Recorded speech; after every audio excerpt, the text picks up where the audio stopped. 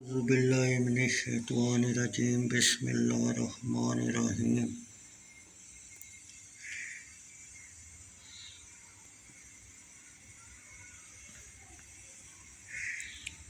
بخاری شریف جلد سوم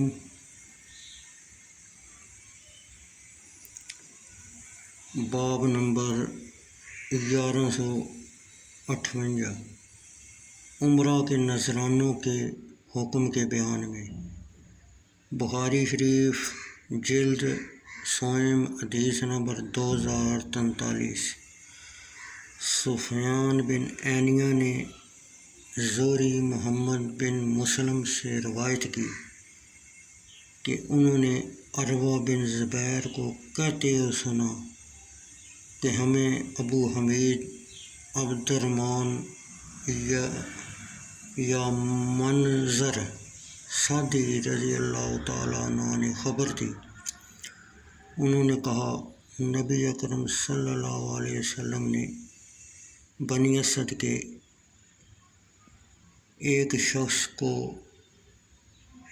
عتبیہ یا اس کی والدہ کا نام ہے، یہ اس کی والدہ کا نام ہے اور اس کا نام عبداللہ ہے، کہا جاتا ہے بنی سلیم کے صدقات پر عمل مقرر فرمایا۔ جب وہ اپنے عمل سے فارغ ہو کر مدینہ منورہ آیا تو حضور اقدس صلی اللہ علیہ وسلم نے اس کا حساب لیا۔ ابن عتبیہ نے کہا یہ صدقات تمہارے ہیں اور یہ مجھے نذرانہ دیا گیا۔ نبی اکرم صلی اللہ علیہ وسلم ممبر شریف پر خطبہ کے لیے کھڑے ہوئے تھے۔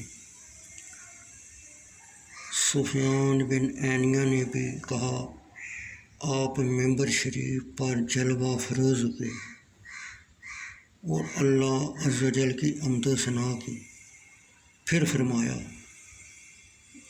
عمل کا کیا حال ہے؟ ہم اس کو عمل کے لیے بھیجتے ہیں۔ وہ آتا ہے اور کہتا ہے یہ مال آپ کا ہے اور یہ میرا نذرانہ ہے۔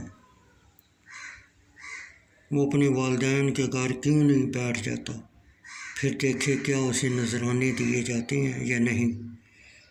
مجھے اس ذات کی قسم جس کے قبضۂ قدرت میں میری جان ہے، عمل جو مال صدقہ لائے گا اس میں سے اپنے لیے رکھ لے گا، قیامت کے دن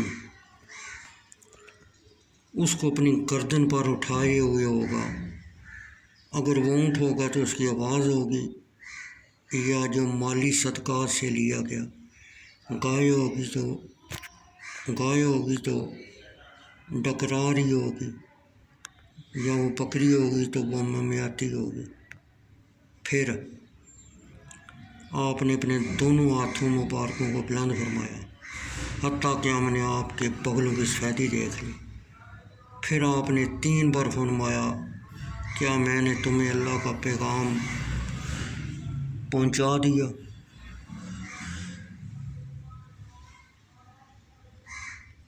دیا ہے؟